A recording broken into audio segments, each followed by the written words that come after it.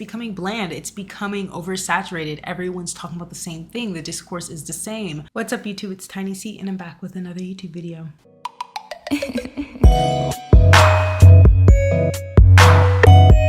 Today, I'm going to be talking about social media, the internet, and how it's changing rapidly. A lot of people are complaining that it's getting a bit bland. Creators are complaining that the algorithm isn't showing their work anymore.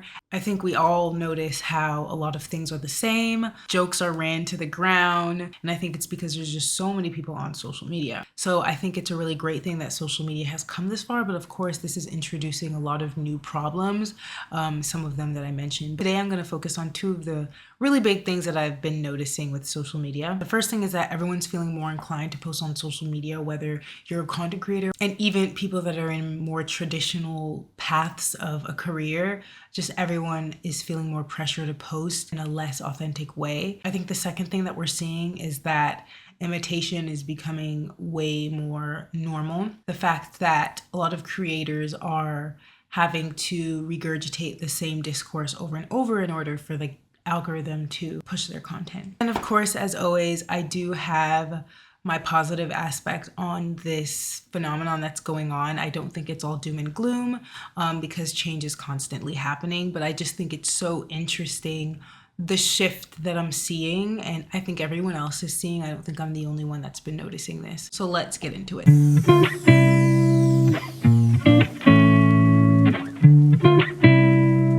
First thing being that everyone is feeling more inclined to post, no matter who you are, Joe Schmo or a content creator. When we first were introduced to social media with things like Facebook, Twitter, MySpace, Instagram, YouTube, all these sort of platforms, it was a place where you could authentically connect with close friends, family. You might share positive events that are happening in your life, but it was really from an authentic place where you weren't overthinking it. And the only people really curating a personality online were corporations and maybe celebrities, but other than that, most others were just using it as a place to connect with their people. Around 2006 and 2007, when YouTube became really big, YouTubers like Niga Higa, Michelle Pham, when they became super popular, there really was this shift where we realized that these platforms are a place where you could be discovered, you could become famous, you can put content out there and be creative in different ways. They aren't just means to share content with your family, post that cat video for your family to see across the state. And similarly with TikTok, which was created in 2016 and became really popular in 2020 with the pandemic, we saw how stars like Charli D'Amelio and Addison Rae became super popular and rose to these heights that honestly I didn't think was imaginable. So now with all these changes, we see social media not as just a place to have fun, but as a place where you can become famous, where you could become discovered, where you could share and potentially exit your tax bracket. And with this idea of becoming famous comes this creation of the personal brand. Celebrities always had to have a personal brand for PR reasons and whatnot, but now regular people are having to create personal brands. A personal brand is a widely recognized and consistent perception or impression of an individual based on their experience, expertise, competencies, actions, and or achievements within a community, industry, or the marketplace at large.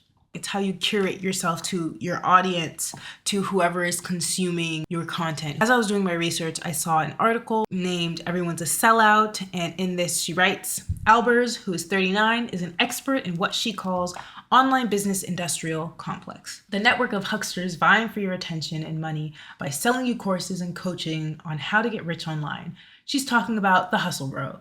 Gurus flaunting rented Lamborghinis and promoting shady passive income schemes. Yes, but she's also talking about the bizarre fact that her 65-year-old mom, who's an accountant, is being encouraged by her company to post on LinkedIn and build her brand. It's the new resume piece. And as I was applying for jobs around 2 years ago, there's a space to put your website, to put your social media platforms, and almost to use it as a way for leverage to show that you already have collateral, you already have something to offer the company by having an online presence already. And we see it on LinkedIn in their feed on how you just want to get that top comment, you want to get that top post in hopes that businesses will reach out to you if they see that you have all these connections, all these likes on your posts. That makes you seem more reputable, just like a better option for a company. Now you have to build a personal brand for yourself, whether that's on social media, YouTube, using whatever platform you can in order to hopefully be seen by the right people that will get you that job, get you into that door, or so that you can just sort of bypass that traditional route of going in a company and getting your job. But like she said in this article, she's an accountant, right? And she's being asked to have an online presence, which is just so crazy. And it's a huge change that I think has been happening for probably the past 3 or 4 years. What we're seeing with social media, that it's becoming less and less authentic. And when people are using it for those more traditional reasons, it's hidden, it's buried, and it's hard to access. For people that might not know how the algorithm works, social media algorithms are rules, signals, and data that govern the platform's operation. The algorithms determine how content is filtered, ranked, selected, and recommended to users. In some ways, algorithms influence our choices and what we see on social media. And without a filtering system, users must navigate through a flood of posts, which can be overwhelming. Algorithms enable users to uncover valuable posts and connect with like-minded individuals and explore their interests. Of course, the algorithm serves its purpose, and I really liked it when it was secluded to the For You page, but your main feed was still who you were following. And similarly with TikTok, you see that most people are not actually scrolling on their personalized feed page, they're scrolling on the For You page, and that is the algorithm. There's no order to it. A lot of these social media pages are curating it to what is going to keep users on the app. And so the algorithm is what we can point to when we think, why is social media so addicting? Why are people scrolling for so long on social media platforms? It's because they found out a way to feed you content that is specific to you almost endlessly. We can see just from some statistics that 32 billion people are active on Facebook daily. There are millions of posts being uploaded a minute. But I think the problem that we're seeing with the algorithm and some of the complaints that I'm seeing is that it's becoming bland. It's becoming oversaturated. Everyone's talking about the same thing. The discourse is the same. When we look at the Stanley Cup fiasco, there were so many videos on the Stanley Cup. There were just hundreds of videos talking about the same thing. And that's because once they see that the algorithm is picking up this topic, a lot of content creators push out their own version of this. There's more people that are trying to offer something valuable and something relevant to users and to their audience, and in hopes of getting views, getting attention. And so for users now, they have to sift through millions, billions, just so much content than they ever have before. They complain that there's less authentic people for them to look at. There's less people that are going against the grain. There's less people trying something different. But with the algorithm, they're not able to discover it, because maybe to find that new, fresh idea, you're going to have to scroll 2 hours. You're going to have to potentially move out of the niche that you're in. Social media is making it harder to discover new talent, to discover new ideas, to discover anything different that might be that breath of fresh air that you're needing. And so, of course, it starts to become repetitive. Of course, it starts to become bland and boring. 1, because of the amount of time that we're spending scrolling, but then 2, because of the algorithm and how it puts us into a silo of repetitive content and just the same thing for months on end.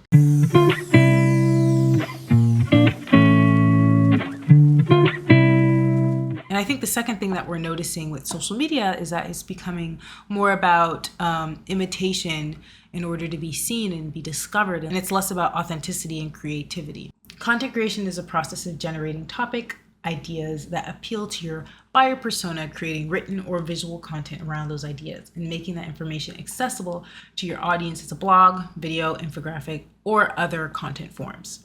The first documented form of content creation was around 1895. Furrow magazine by John Deere was apparently the first content created for marketing purposes, and there have been some disputes saying that Benjamin Franklin was the first one to ever post content, and this was done to promote his printing company. As time went by, businesses began to experiment with the idea of content creation for marketing. The Jell-O company put free books of recipes, which was published in 1904, and this became wildly popular as a strategy, and a lot of businesses followed suit. And in the 1940s and 50s, content marketing slowly began to die down because media took control of print, and that didn't leave much room for growth. And around this same time, we saw the advent of sellout culture culture, which I think is very important to talk about when we talk about content creation and content creators, because this is a term that we see thrown around to this day. The use of the verb to sell to mean to betray is as old as the English language, and the Oxford English Dictionary cites examples that stretch back as far as the 10th century with Henry V.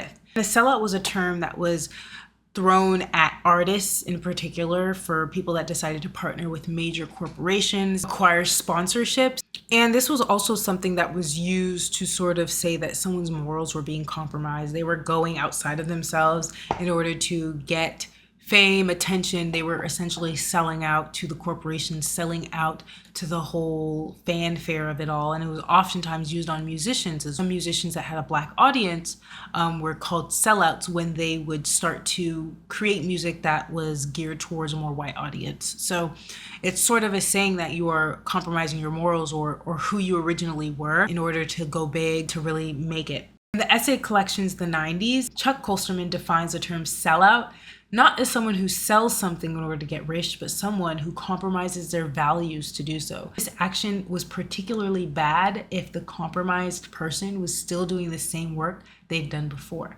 He writes, except now packaging that work in an attempt to make it palatable to the less discriminating audience. I feel like a lot of content creators nowadays feel like sellouts because it's not how they traditionally thought that their career path was going to go. When you look at authors, they now have to have an online presence to get publishing deals. And while it's not like said as a requirement, there's that underlying fact that you do need an online presence because that makes it 10 times easier to get that publishing deal. Artists, you have to be posting that song on TikTok. You have to be promoting that song on whatever platform you can because that's how you get the hit song for the summer. You have to be promoting yourself, and a lot of people that didn't think they'd have to be doing that now have to do it because it's way cooler if you just have the platform. But most people aren't going to just have the platform. Unless you're a Nepo baby, you aren't born with fame. You aren't born with the collateral of attention. You have to put that work in yourself, and in a sense, it seems like you're selling out to whatever powers that be that are now sort of forcing you to go down this avenue. And it's not just the content creators, like I said, it's not just the people that you would expect to have to do that. It's regular people that may have never had to have that as a resume item. And when we look at the way that a lot of content creators are quitting, or with the YouTube sort of quitting revolution, it's because there's just so much to keep up with, having to post on Twitter, Facebook, Instagram, every single platform to stay relevant. It's tiring, and it doesn't feel good. You don't want to have to do all of that, sort of like that rat race where everyone is just trying to stay on top of things. I think that there's this itching feeling that a lot of creators get, because if we take YouTube, for example, where you see a topic is trending, then you have that feeling to post about the same topic because it's trending, or you're a designer and you see this design trend is happening and you feel like you have to put content out about that same topic. There's that feeling of being a sellout. There's that feeling of you're compromising something, because it's like maybe you naturally wouldn't have wanted to do that. You want to just do whatever you want and to have an audience. You want to do whatever you want and people are interested. But because of the algorithm and many other reasons, like, it's not like that, because enough people are willing to just follow the algorithm. They are willing to just follow the trends, and the algorithm loves that. The algorithm rewards that. And so you can oftentimes get drowned out if you do want to be more authentic or true to yourself or your values or what you're interested in posting. And I think a lot of creators fall into that, and you can get burned out really easily. We're just seeing how many elements that there are and how competitive the landscape has really become. It's not as straightforward anymore. It's not, there's just so many more moving parts and elements that make it difficult. Competition was always a part of the game. So if Lucky Charms changes their design on their box and there's a great reaction by the public and everyone's like, oh yeah, that was so cute, I loved that, and it's working for whatever, it's going viral, right? Trix is gonna see that and they're gonna go, I need to do what they're doing because clearly it's working for them. And now Trix is changing their branding in order to keep up with the times. And this is where we see that rat race where everybody is in competition with themselves. And it's not just the major corporations as it traditionally was, it's the influencers. So competition has always been a thing, and it will continue to be a thing for creators. We won't be able to escape the fact that everyone's posting online. There's billions of people posting because it's just a life that affords you more freedom. You don't have to be constrained to a corporation, 9 to 5 work hours. You really can have a little bit more agency on how you make money. So it's completely understandable. That's why a lot of people fall into posting the same things, following trends, and just not being as authentic as I think a lot of people would if the algorithm wasn't there and they made more efforts in order to test out new content with new viewers and sort of prevented people from getting into a silo.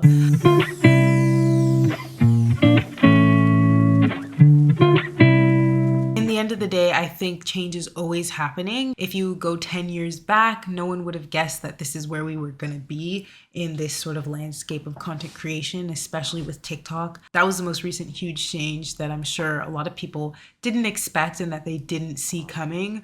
And I feel like that gave a lot of opportunity for people, and there's always going to be a new app, a new social media platform. So I think that's actually something comforting to know that we always adapt, we always make it work. Content creators are going to have to move to a more authentic place, because the way to not get burnt out and just the way to make social media a more enjoyable place is to post more authentic content. And if you have something to say, to post then. But I feel like a lot of people fall into that mentality to where they feel like in order to stay on top, in order to stay relevant, they have to just post anything that's trending.